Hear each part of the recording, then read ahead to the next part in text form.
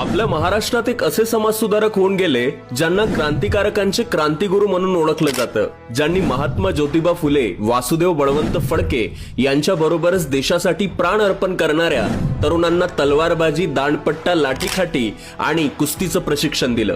पुणे जिल्ह्यातील पुरंदर किल्ल्यानजीक असलेल्या पेठ या गावी आद्य क्रांतिगुरु वीर लहुजी राघोजी साळवे अर्थात लहुजी वस्ताद यांचा जन्म झाला। 1818 साली पेशवाईचा शेवट झाला। त्या अखेरच्या लढाईमध्ये लहुजी साळवे यांच्या वडिलांना युद्धभूमीवर वीरमरण आलं। लहुजींचे वडील राघोजी हे पेशव्यांच्या शिकारखान्याचे प्रमुख होते। यांचं मूळ गाव भिवडी। पुरंदर किल्ल्याच्या रक्षणार्थ साळवे परिवारानं दाखवलेल्या मर्दुमकीचा सन्मान म्हणून छत्रपती शिवाजी महाराजांनी त्यांना राऊत ही पदवी देऊन गौरवलं होतं। पुण्यातील मांगेर बाबाची समाधी हे त्यांचं स्मृतीस्थळ म्हणून ओळखलं जातं।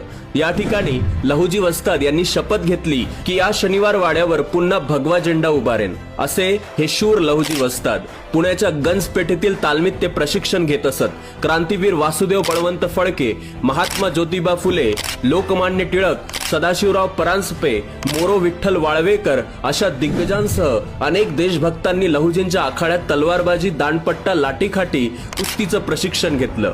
महात्मा ज्योतिबा फुले यांच्या शैक्षणिक आणि सामाजिक उपक्रमात ज्योतिबा व सावित्रीबाई फुले यांना लहुजी वस्ताद यांनी नेहमी संरक्षण दिलं। तसेच क्रांतीवीर उमाजी राजे नाईक यांना 1931 साली इंग्रजांविरुद्ध बंड करण्यासाठी लहुजी वस्तादांनी सहकार्य केलं। पुण्यातील संगम पुलावर आद्य क्रांतिगुरु लहुजी वस्ताद यांची समाधी असून भविष्य काळात येथे भव्य असं स्वातंत्र्य लढ्याचं पंचतीर्थ स्मारक उभारण्यात येणार आहे।